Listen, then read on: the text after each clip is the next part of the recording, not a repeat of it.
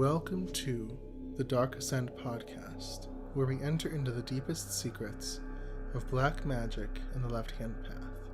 This is episode 14, A New Paradigm of Black Magic. To learn more about our work, please visit darkascent.org. Hi everyone, thank you for listening. I am, as always, your host Melektoth, and I'm here with my wife Elinara. Hi guys. And today we are talking about a topic that I am quite excited about. This is going to be awesome. It is. And that is what I'm calling a new paradigm of black magic. It's a little hard to explain what I mean, so I'm just going to jump right into it. But I think this will be exciting. So buckle your seatbelts. Yeah. It's going to be an interesting ride. Definitely. So something I've been looking at, I've talked about willful effortlessness before. In fact, my first newsletter from the Circle of Darkness was all about willful effortlessness. That was the name of that article. And for me, willful effortlessness has always been the way to get the most out of life and how to get what you want and all that kind of fun stuff. But it sort of evolved for me a little bit. I've had a sort of, I guess, evolution, you could call it. I have this sort of pattern where every few months I kind of go through this like burst of understanding and making new connections and things like that. And, you know, until it smooths out, it's like everything's sort of in flux. Yeah. You know, so I could be talking about one idea and then the next week it's evolved. It's a different concept, you know. And that's what's been going on here. So I started out with willful effortlessness. And then it developed into what I'm calling the two forces of will and love. And I get this from, some of you may have heard this, some may not have. There's a magical tradition called Thelema. And Thelema was started by Aleister Crowley back in, I guess, 1904. And it's basically his magical understanding of the world, I guess you could call it. But Thelema itself is the Greek word meaning will. And it's really one law, but it's like two phrases of Thelema. It's two parts. Really, two parts. Right? Number one is, do what thou wilt shall be the whole of the law. And then the second part is, love is the law, love under will.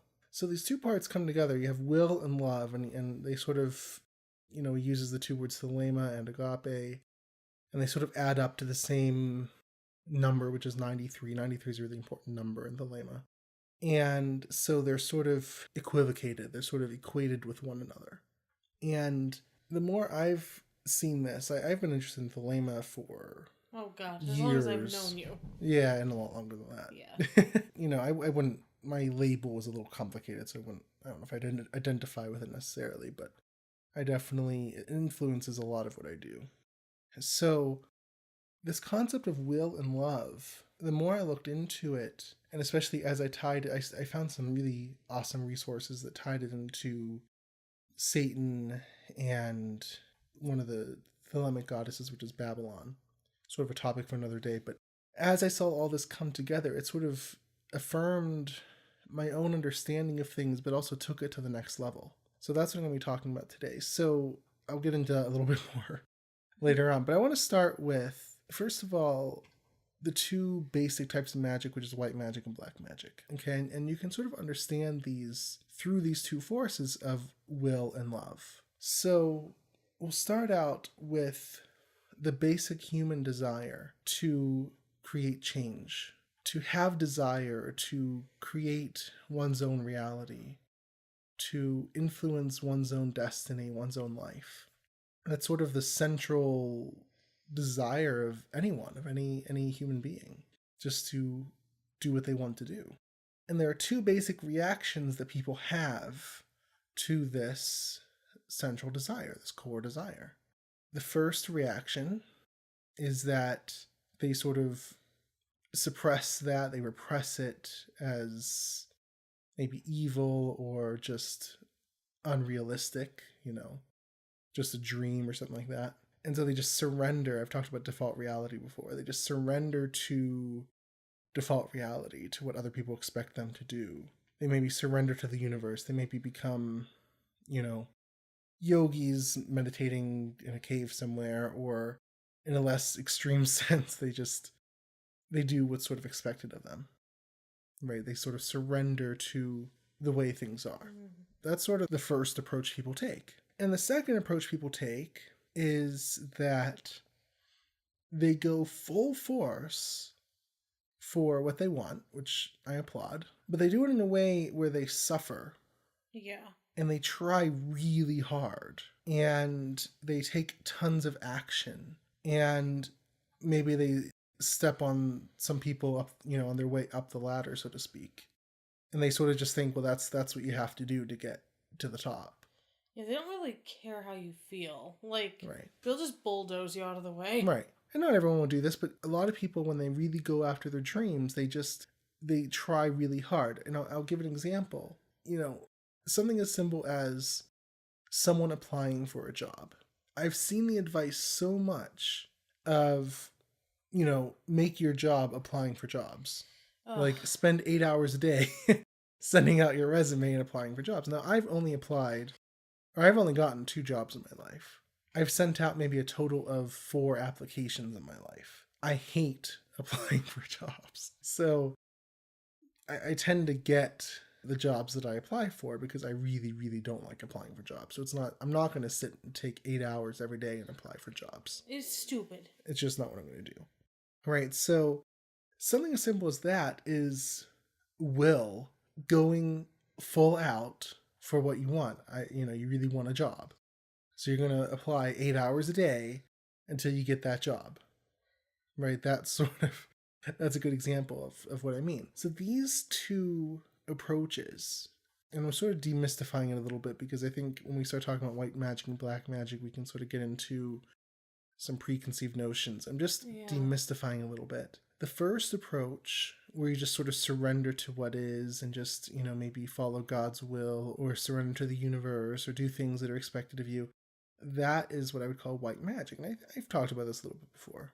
But this is the path of love. And so this path is where you just surrender to the way things are. And maybe you have an understanding, especially for those who are more evolved, that everything is love. And so you sort of lose yourself in that. And you sort of give up your own will. And you sort of just let the universe do what it does. And it's not a horrible path if that's your thing. There are lots of people who do that. And you may experience some success on that path. But, it may be slow in coming or may not be in the form that you may have wanted. But lots of people take this path. Mm-hmm. It's sort of the traditional path of enlightenment or whatever. But this is the path of love, where you just surrender to what is. You just work on accepting everything, letting go of desire, loving everything, and that's it. And the song that goes with it is, all you need is love. Sure it is, yeah. Now I have to think of one for Will, but... So... I couldn't resist. So that to me is white magic, okay, is the path of love. And it's a decent path. I'm not complaining about that. But it might be for some people. Yeah, it might be for some people. Especially when they're just getting started with this stuff. Definitely. But eventually I think you'll realize that you have to put will in too, which I'm probably getting ahead of you.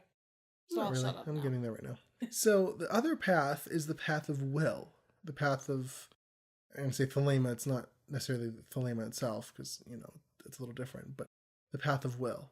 And this is what I would call black magic. I'm going to actually call it the old style or the old paradigm of black magic.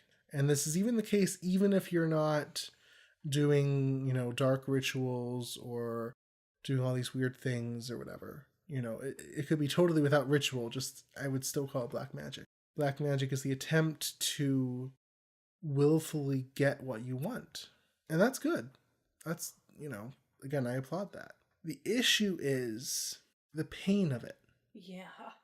That's the issue. The pain of it, the suffering that it puts you through, the hard work. It's like working out. Yeah.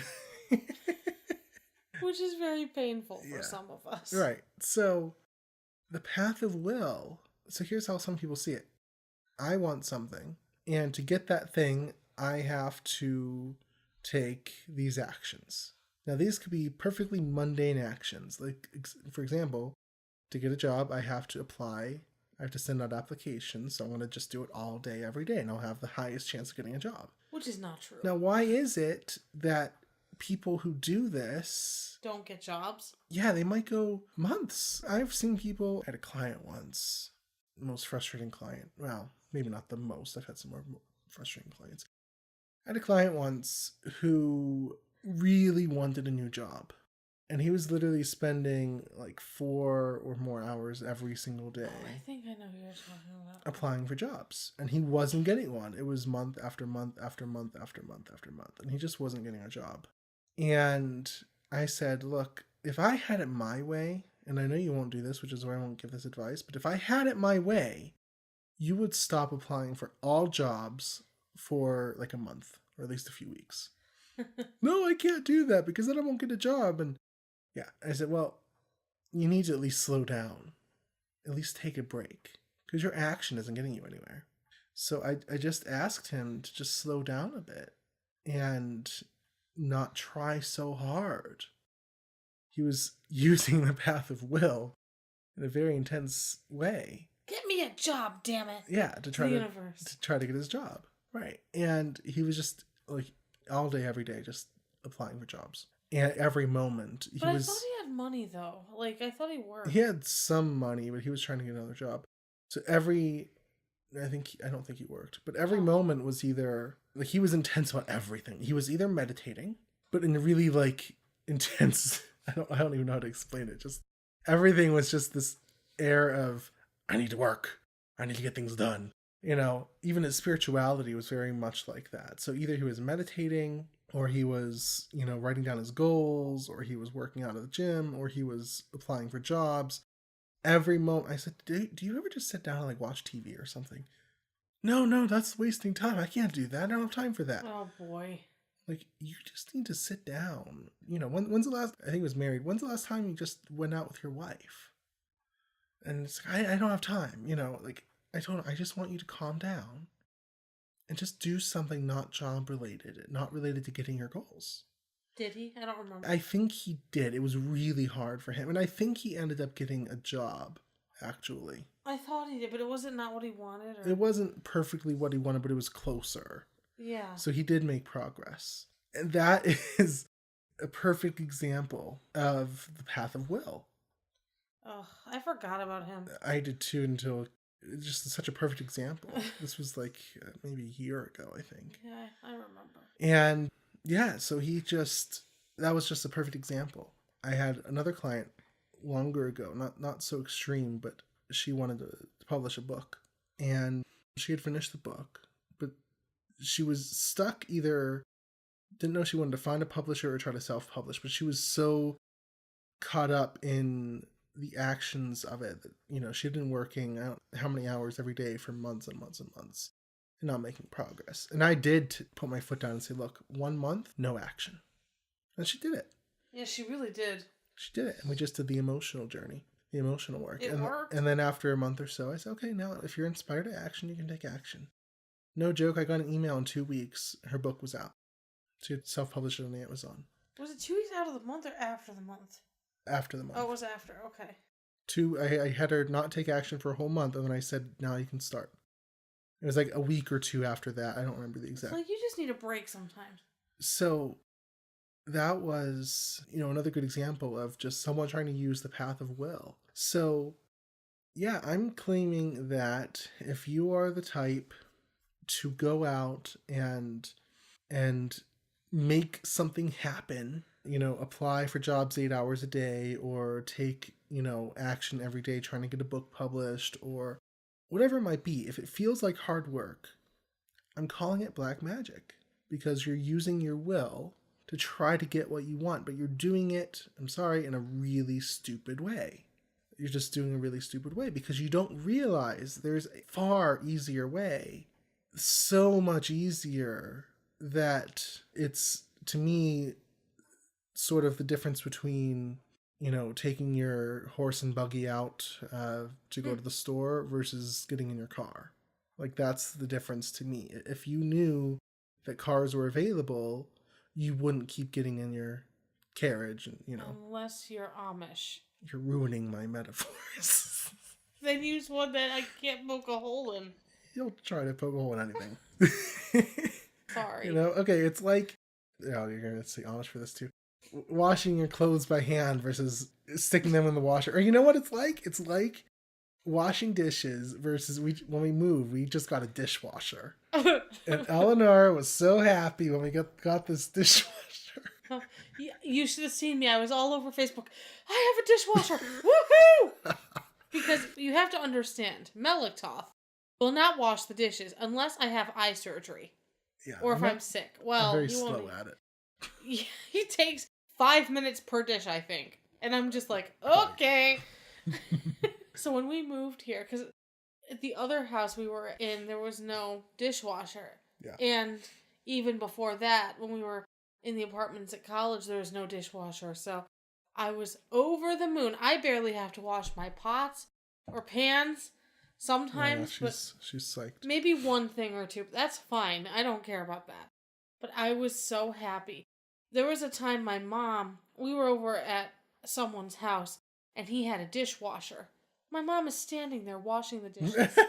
I'm like, are you kidding me? Yeah. So it's like if you have a dishwasher and you don't use it, and yet you're standing there washing dishes. That's a good one. It's like, why would you do that? But it's almost more than that. It's such a huge difference. The first time I got a job, you barely did anything. I didn't look for a job. No. It came to me. I saw it listed somewhere without even looking. I sent out my application, just sort of like, it's probably not going to work, but what the heck, it can't hurt. Got the job. Yep. Like, I didn't spend 8 hours a day. And I only applied to one college. I was like, this is where I'm going. Yeah. And nothing's going to stop me. And I went there, and I didn't apply anywhere else. Yeah. Got accepted without a problem. Because everyone, in high school, they tell you, you have to apply to at least 3 colleges. At least you should. Well, I never did. And guess what? It didn't matter. The process is so lengthy and painful. It takes forever. I'm just like, no. So, that was my experience. So, the path of will, the path of black magic is just, it seems powerful because you're getting in there with your will and you're taking lots of... And action could include magic. It could include getting in your ritual circle and performing a ritual to do something. It's feeling inspired to do it. What I'm saying is the path of will, the hard path could be doing some complicated ritual that, you feel like you have to do to get what you want. There are people all the time, can I have a ritual or a spell to do this or to get, my lover back or blah, blah, whatever. And that's the hard way. So, but that could be part of what you do. That could be part of black magic, but it could also just be as simple as just taking so much action or just believing in suffering, believing in hard work, believing in what you have to do, what has to be done to get what you want and all this stuff. It just doesn't work. It just doesn't work. And so you can sort of tell what it is, that it is this path of will alone, exclusively, by how it feels. It feels hard. It feels difficult. It feels like a lot of effort. It feels like you're pushing against the universe. A lot of this language with black magic is about, making the universe conform to your will. Because people think they have to do that. People think they have to, dominate the universe with their will. Yeah. To get what they want. That's not true. So, if it feels like that, if it feels like you're pushing against the universe to get what you want, you're doing something with a lot of effort that's very hard, that's black magic, the old paradigm of black magic. It doesn't work. And it doesn't work. And that's not to say you might not get what you want. You might get what you want, but I will promise you that if you do get what you want, it won't be what you imagined. It won't be as good as you imagined it to be. Maybe you'll get the money, maybe you'll get the relationship, but it's going to be missing something because you forced it into place. So, let's say you're applying for jobs and finally you get one and you're putting in all that hard work and you get that job. Maybe you get the money, maybe you got a paycheck, that's nice. But something's going to be wrong with it. It's going to feel like hard work because you put hard work into getting it and you get what you put out there. you're not going to like your boss, you're not going to like your coworkers, or the work is going to be really intense and hard, and you're not going to enjoy it. Maybe you'll hate the job. Maybe it'll just be really tedious. Something's going to be wrong. Maybe it won't even pay as much as you wanted it to pay. You had to compromise somewhere. And the thing is, people justify this with, well, life is hard. That's just how life is. I got the job. I tried really hard. And life is just hard. And that's how, this is the path of will. This is the path of believing in effort. And if you believe in effort, effort is what you get. Sort of like, I think of I'm not going to quote it exactly because I don't remember, but there's a thing in the Bible. It's like, those who live by the sword will die by the sword. Oh, yeah. Those who live by effort will get effort back from life. That's true. Yeah, you're right. So that's the path of will.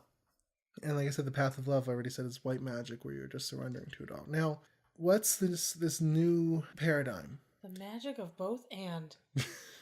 Thank you. The new paradigm is, as Elinara so rudely revealed. Sorry. No, I'm just joking. Is bringing the two together. Because there really is a lot of value in love, in that white magical aspect, in the light. And I talked a bit, a while ago about balancing the two, and I talked about the Tao Te Ching and bringing in the Tao, effortlessness, and I'm sort of upgrading my word effortless. Effortless is sort of the way it happens, but the thing itself is love. Yeah. Right. So bringing those two together is this new paradigm of black magic. I'm just calling it black magic. Terms are so difficult. Yeah. It's whatever. I don't care what you want. People call it the law of attraction, people call it creation, people call it. It doesn't matter. Purple magic? No. Sure. Let's go with purple magic. Just kidding. I'm in one of those moods. In the recent newsletter about what is Dark Ascent, I called it Black Magic 2.0. It's my programmer side coming through. I've called it soft black magic versus the old style was like hard black magic because it's so hard and effort and hard work, and it's like hard black magic. Well, this is soft black magic. This is like going with the flow of things, So this is bringing together will and love. And that's what I love about Thelema is like, it's both, do what thou wilt shall be the whole of the law. And that means, it doesn't mean just do what you want, by the way. It's like you have a true will, a true purpose that once found is kind of your life's calling. And if you do that, nothing can go wrong. And then love is the law, love under will. So it's sort of tying the two together. And love being that agape, like unconditional, universal sort of love that ties it all together. Agape is the highest form of love, too. Yeah. So bringing these two things together brings in effortlessness and also lets you get what you want. So it's like surrendering to the universe, but still getting the things you want. And getting the things you want in such a way that, it's not the empty shell that, following the path of will results in. It's not the effort and all that kind of stuff. It's actually a beautiful, wonderful outcome. And it's through virtually no action. If there is any action, it's so inspired, so natural, that it just doesn't feel like action. I had this experience last week, I think. Usually, I hate marketing. I'm not really into marketing that much, but I try sometimes because it's like I'm still sort of learning my own concepts, so I feel like I have to try to market, and especially when it comes towards the end of the month. So it must have been 2 weeks ago, I guess. The newsletter goes out on the 1st, the Circle of Darkness newsletter, and so towards the end of the month, I try to send out more emails and really try to push the newsletter. I just wasn't feeling it this time. I just wasn't I didn't want to write all those emails. Yeah. So I didn't, I just, whatever. So I just I did my daily email that I always do, and I sort of mentioned at the end. I didn't really have any big push. And then I was shocked that I got, was it 1 or 2 new? I don't remember. 2. 2 new signups for the newsletter. And one of them was on a day I hadn't even sent an email at all. So it was that's right. They had just found it. It was the person we know. Yeah. Yeah. And it just happened. And it was so effortless because I didn't even try. I didn't even try to push it really hard and today's the last day to sign up. I think, I don't know, I might have said it in passing, but it wasn't this big thing like I usually make it.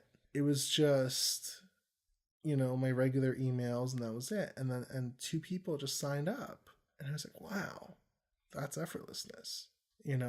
That's the new paradigm. That's the way of Wu Wei, non-doing, right? From Taoism. And I was just shocked. I was kind of blown away by that. Even though I really do believe in these concepts, but it's hard. The ego really wants to try really hard. Oh, yeah. And whatever, it really wants to try. But, so I was sort of blown away by that. But that happens. That happens where you just stop trying so hard. See if you remember a time in life.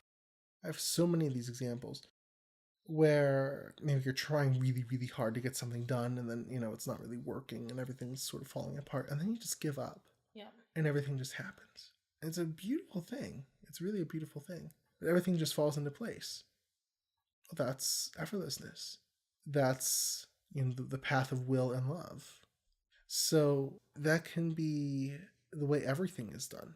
Action, whether physical or magical or whatever, direct action on the world is not the way. No. So the path of will on its own sort of says, there's this thing I don't like. I want something else. I'm going to take action to change the thing I don't like into what I do like.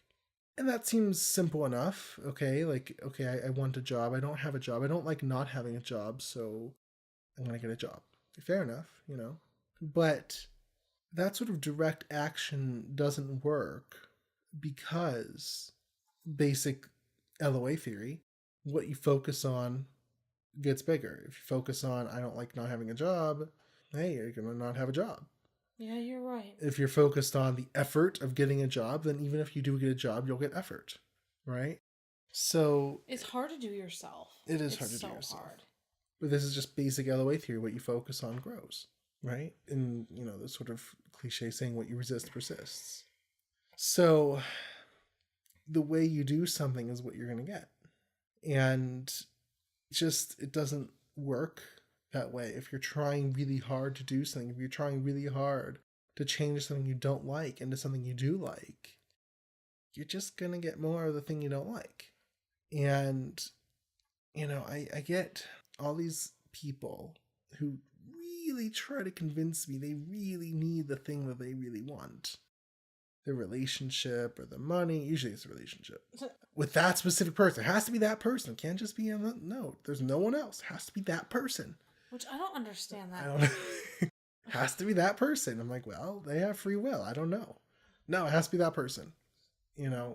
Anyway, so. Be like that story. What was that story? Roses for Emily. Where she just kills him and then she always has him.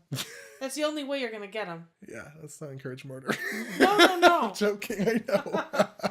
I'm just saying. The ultimate black magic. Murder them. But that's the only way you get them, though, for real. Yes. Like to kill them. Which you wouldn't do. Today on the Dark Ascent podcast, how to get the person you really want. Okay. Anyway, but that's my point exactly, yes. Though. Yes. So yeah, people try to convince me so much. They really, really need what they want because they think the more they need it, then the universe has to be convinced that they deserve it. If I really need that relationship or that job or that money, well, the universe will kind of feel bad. Here you go, fine. It's sort of like the people who pray really hard and, God, I really need this thing. Please send it. Like begging God, and it doesn't work. Because you're focusing on the lack and you're focusing on what you don't have and just getting more of it. Yep. And the solution, no one ever likes the solution. The solution is everything is perfect. Yep. I'll tell you something.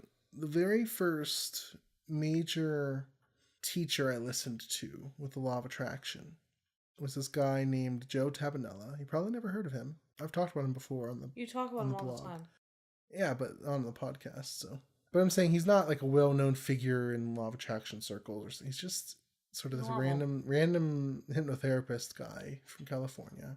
Amazing, though, at teaching the law of attraction. I took this course, it was like a telecourse sort of thing, called Hypnosis and the Law of Attraction. And it had very little to do with hypnosis. It was through this hypnotherapy school, so it was sort of framed in the context of hypnosis, but it really had very little to do with it. But he's the one where I really started to get what it was all about. And I started to apply it, and I really liked it. He talked about, thinking about what you want, not what you don't want. And as you focus on the thing you want, the resistance comes up and you release the resistance. All good things, all true. But he said something that I sort of just tossed away, like, eh. And that was, you have to get to the point where you just don't care. You just don't care if you get it or not. I said, no, that can't be good. There's no way. That can't be true. Because there's no universe in which I don't care about what I want. Anyone knows that, I do. So I just sort of, the rest is good, but that's just not true. Like, I'm not going to follow that. And so, I went on from there, and I got some success and some failure, and sort of worked my way around that requirement, sort of, justified it a little bit. Yeah, you don't really have to not care, just be detached enough where you can let it go. But over time, I sort of saw that cropping up in more and more places. And another major technique that I use a lot that I really enjoy, called the release technique, sort of said the same thing. You have to be totally detached. You have to just not care. Yeah, you can prefer it, but it can't be an attachment. You can't need it to happen. You have to not care. And, a few times this came up and I just sort of threw it away and said, whatever, I can't get there. I don't think it's necessary. And I went back and listened to his course a few times too, because it was just so good. But eventually it really sunk in, like, oh, you really have to not care if you get it or not. And it's so counterintuitive because you're taught, go after your goals. Yeah. But don't care. Go after your goals. Yeah. Don't care. But so it's like, which is it? Right. Almost. It's hard. It's this paradox sort of. But, it was a really hard thing to accept. And it's something that I'm finally starting to get to the point of accepting, but it's hard for anyone because the ego, again, wants to it really believes that you need what you think you need. Yeah. You need the relationship, you need the money, you need this, you need Which that. now, what I do is I just focus on having a happier life. Yeah. Maybe I'll go through my goals, and maybe that's also a want or need, I don't know. But I just focus on whatever that may be that will make it that way. Like my inward state. Right. So, this was really hard. And people don't like it. Just stop caring. Don't care so much if you get it or not.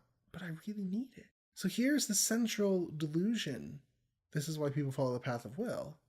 The central delusion that people fall under is that they need what they think they need. They need what they want. Mm-hmm. If they don't get it, they won't be happy. And it's just simply not true. It's just simply not true. And I've seen that more now just from my life experiences. You won't be any happier getting what you want. No. You just won't. It has to be icing on the cake, not the cake itself. Yeah.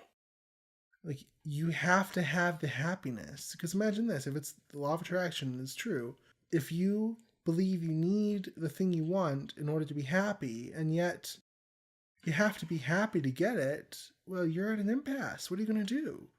So people try to fake it. They try to pretend to be happy. They try to, kind of hype up their happy. Oh yeah, I'm so happy. And then, why isn't it here yet?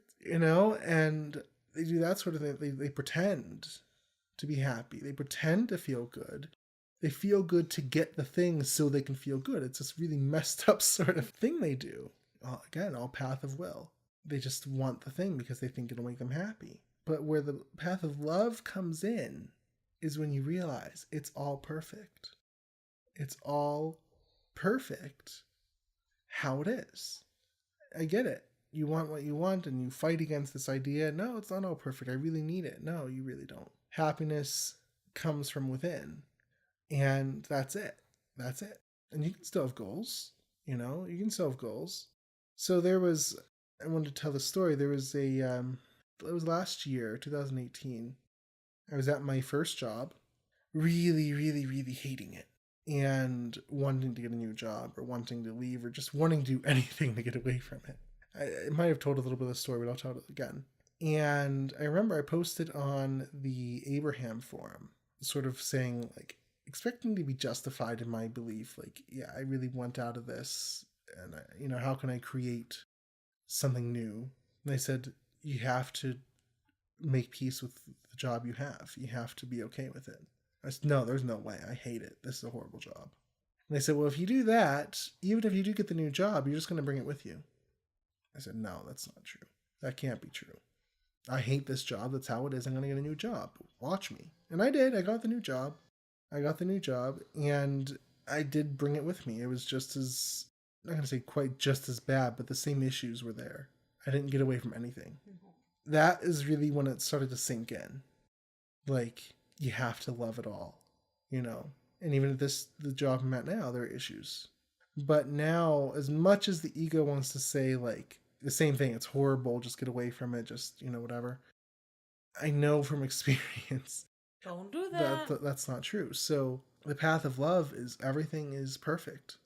If I'm hating where I am, there's something I have an aversion to that is preventing my own happiness, because happiness is innate. Happiness is who we are. But something we're doing is covering that over. And so when we make peace with that, when we release that and let it go, then what is can be perfect. And it's still hard to see that sometimes, but it's true. And the more I've practiced it, I have this thing, especially this week, I've been doing this kind of privately, where I just try to love everything. Now, loving everything is not like an act of will. It's not like I'm going to really love it. And it's not like that. It's letting go of everything that's not love. So this is, I told the story of Lester Levinson a few weeks ago a little bit. I recommended his book, No Attachments, No Aversions. And basically, he found himself in a situation where he had like 2 heart attacks and was sent home basically to die. And the doctor said, like, just don't do anything unnecessary. No walking up steps, no bending over, nothing. And Lester was like, I'm not having any of that, Almost killed himself a couple times, but then he just like, okay, well, what do I have to lose? And so all he did was he went through his life, and in his words, he turned all non-love feelings to love. And in 3 months, he was totally healed, and in a totally different place too, spiritually, emotionally, everything. So he just looked at everything and let go of all the non-love feelings, and just love was left. Now, the thing I like about him was he was not the type to do that and just say, yeah, everything's perfect. Like another teacher, Byron Katie, is like this, where she's like, everything's perfect, so be happy with what is, period. Now that's the path of love. Again, there's nothing wrong with that. Everything is perfect.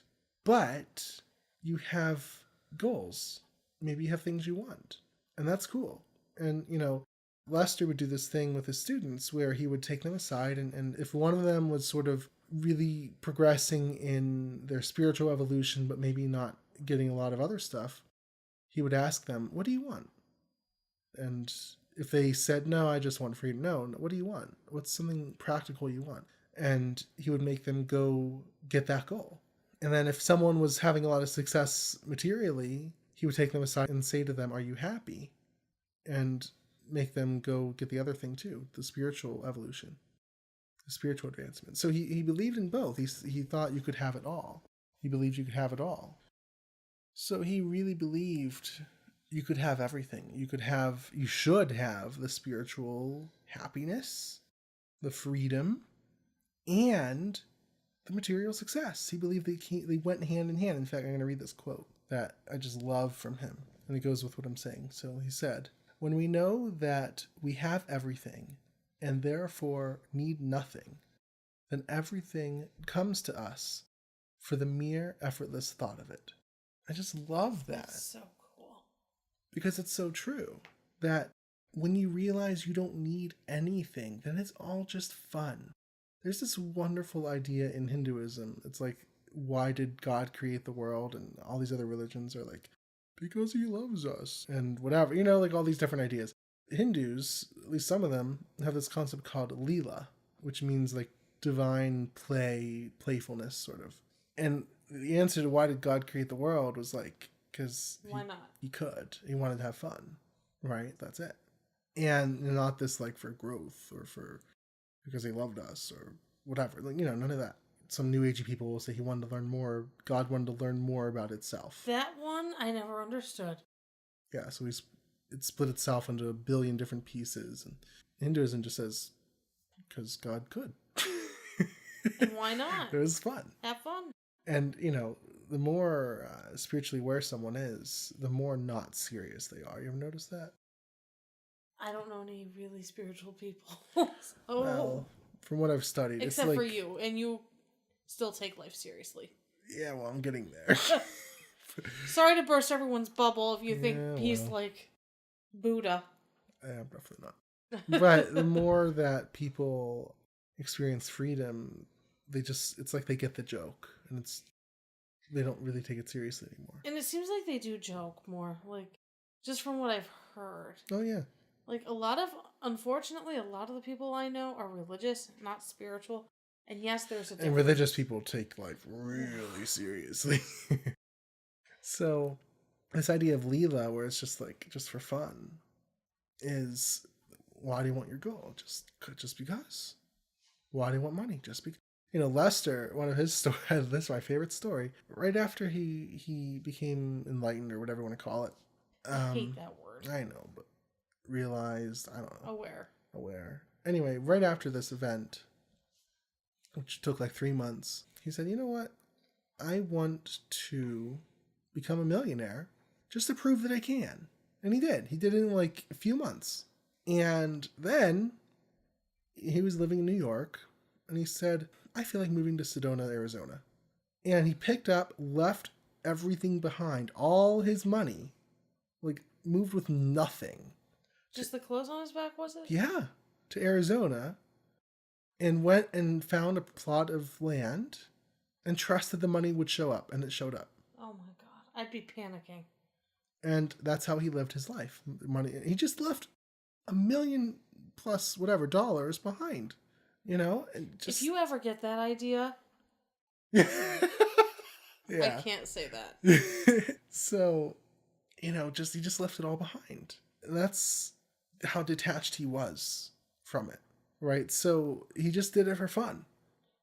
He just did it for fun because he knew he could, and he wanted to. And there were lots of other examples. I mean, I've heard some crazy stories about things he did, but he didn't need any of it, and so it just happened. So this is the path of love and will, or will and love, or whatever we call it. The new paradigm of black magic, or I don't care what you want to call it. It's this idea that success of any kind, monetary, relationship, health, career, whatever, is effortless.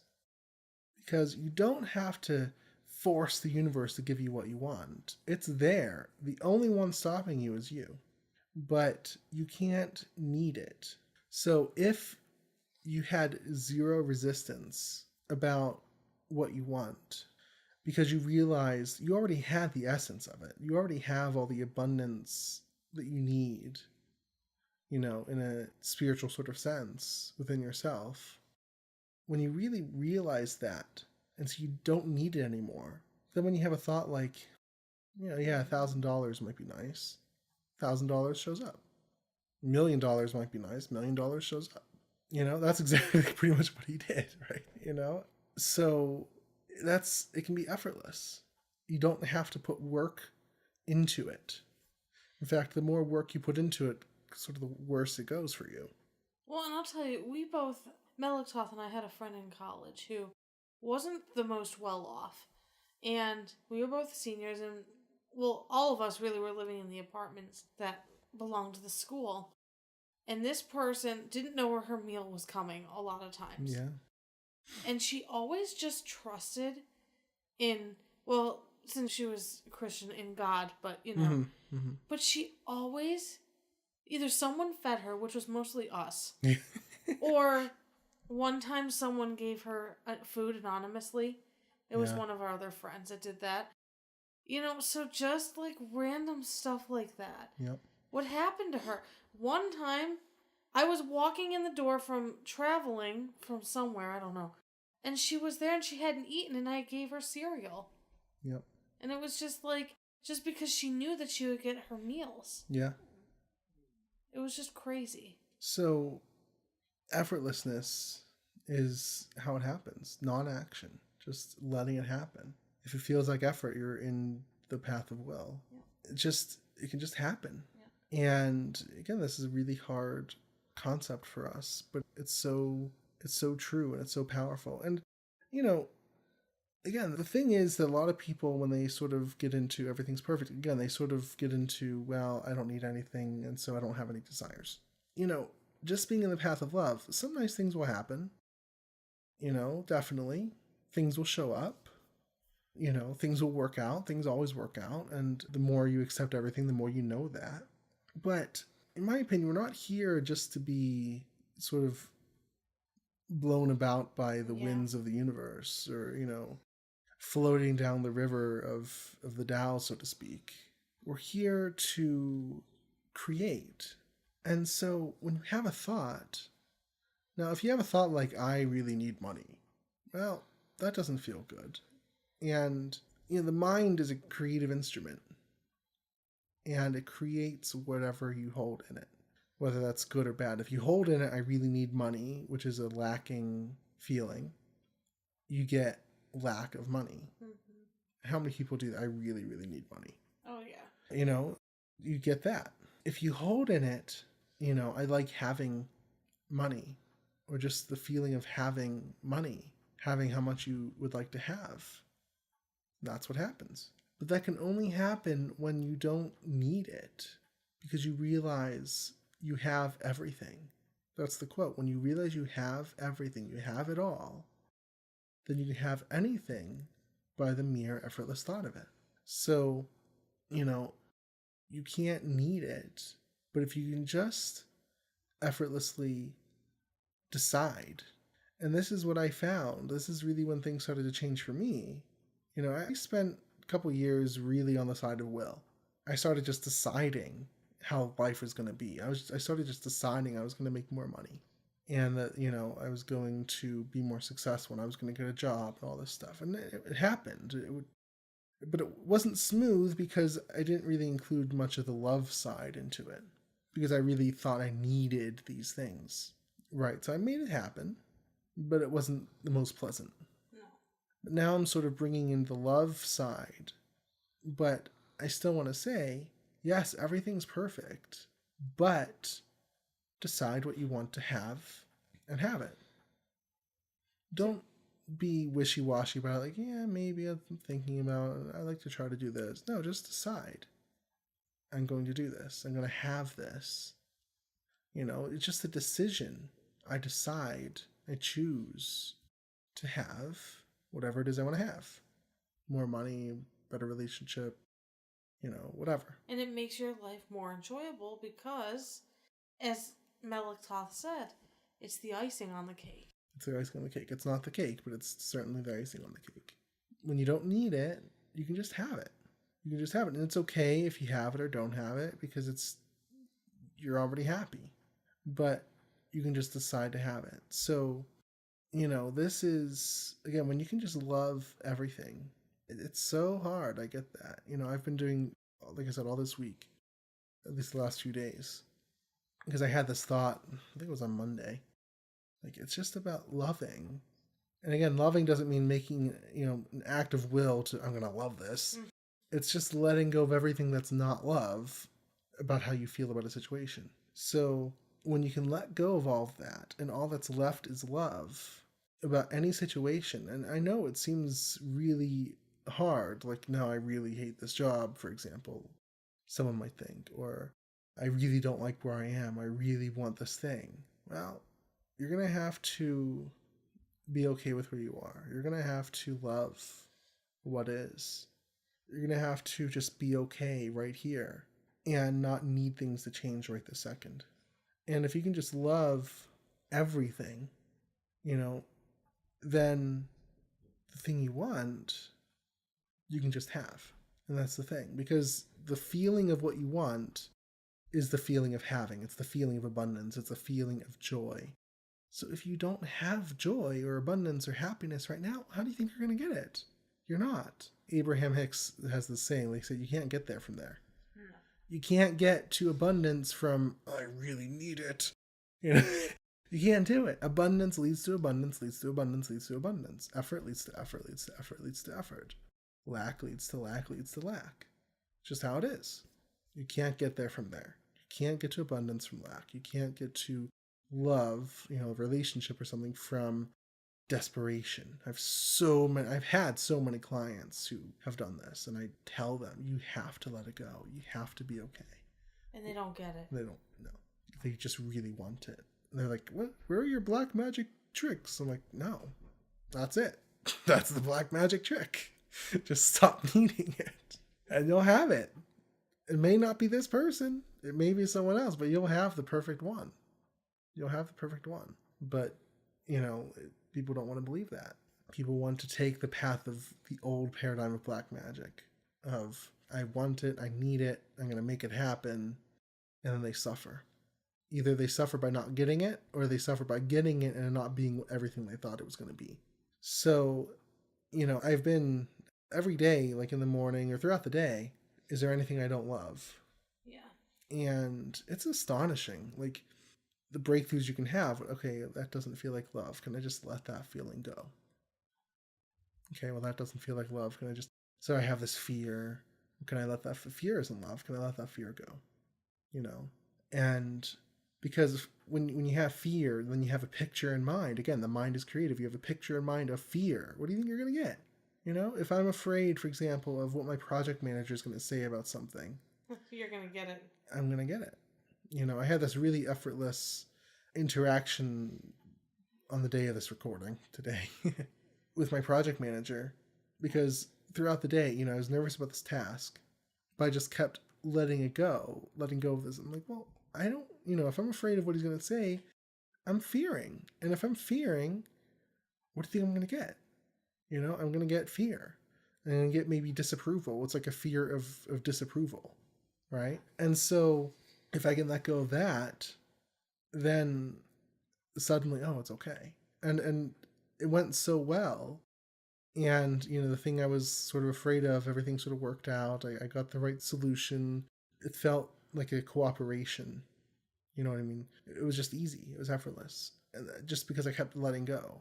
So that's what I've been practicing this week, is just love, love, love, love. Just letting go of everything that's not love. Letting go of the fear, letting go of the anxiety, letting go of the need and the want and the what ifs and everything else. Because if I have those, then I have those pictures in mind, and that's what I'm creating. And if I let go of those things, what's left is love. And if I have love in mind, that love is abundance, is joy, is happiness, is everything you want. And so that's what you get. And then you just make a decision. I decide that this will go well. I decide that I'll have the answers to what I need to do. I decide that I'll have the money I want. I decide that I have whatever. And you just decide it, and it just happens. Yep. So that is the path of will and love. The new paradigm of black magic. Doesn't seem very black, but it's you're still deciding.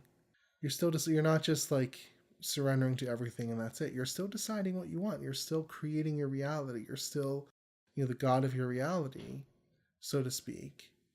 It's just, you're doing it in a smart way. You're using that dishwasher. You're not just doing it by effort. So I hope that helps. Hopefully that makes sense. I know it won't to many people because it's just a hard concept, but listen to this over again if you need to. But that's what it is. That's the new paradigm. It's will and love. And bringing those two things together is truly magic. And, you'll see that happen. I challenge you to try it for yourself. And actually, I'll just mention it quickly. I'm going to be doing a course on, I'm really big into the Tao Te Ching. And so I'm doing a course I'm calling it 81 Days to Effortless Success. It's going to be awesome. Yeah, it's going to be a lot of fun. And so I'm going to be teaching these principles in that course, and how to practically put it into practice. Yes. Because I'm all about getting results. So and we'll learn from it too. It's going to be a lot of fun. So if you want to check that out, it's at darkascent.org/81days. All one word, 81 days. So, thank you for listening. If you want to check out the show notes, leave a comment, you can go to darkascent.org/DA014. And I also invite you to subscribe to us on iTunes or anywhere else that you listen to podcasts. We're in a few different services. Yeah, we're on Stitcher too, I think. A few different places. Wherever you get podcasts, subscribe to us, and that'd be awesome. So, we thank you for listening. We're here every Friday with another episode of the Dark Ascent podcast. So we hope to see you next week as well with another episode. So with that, thank you for listening, and we hope you have a wonderful week. Have a wonderful week. Bye, everyone.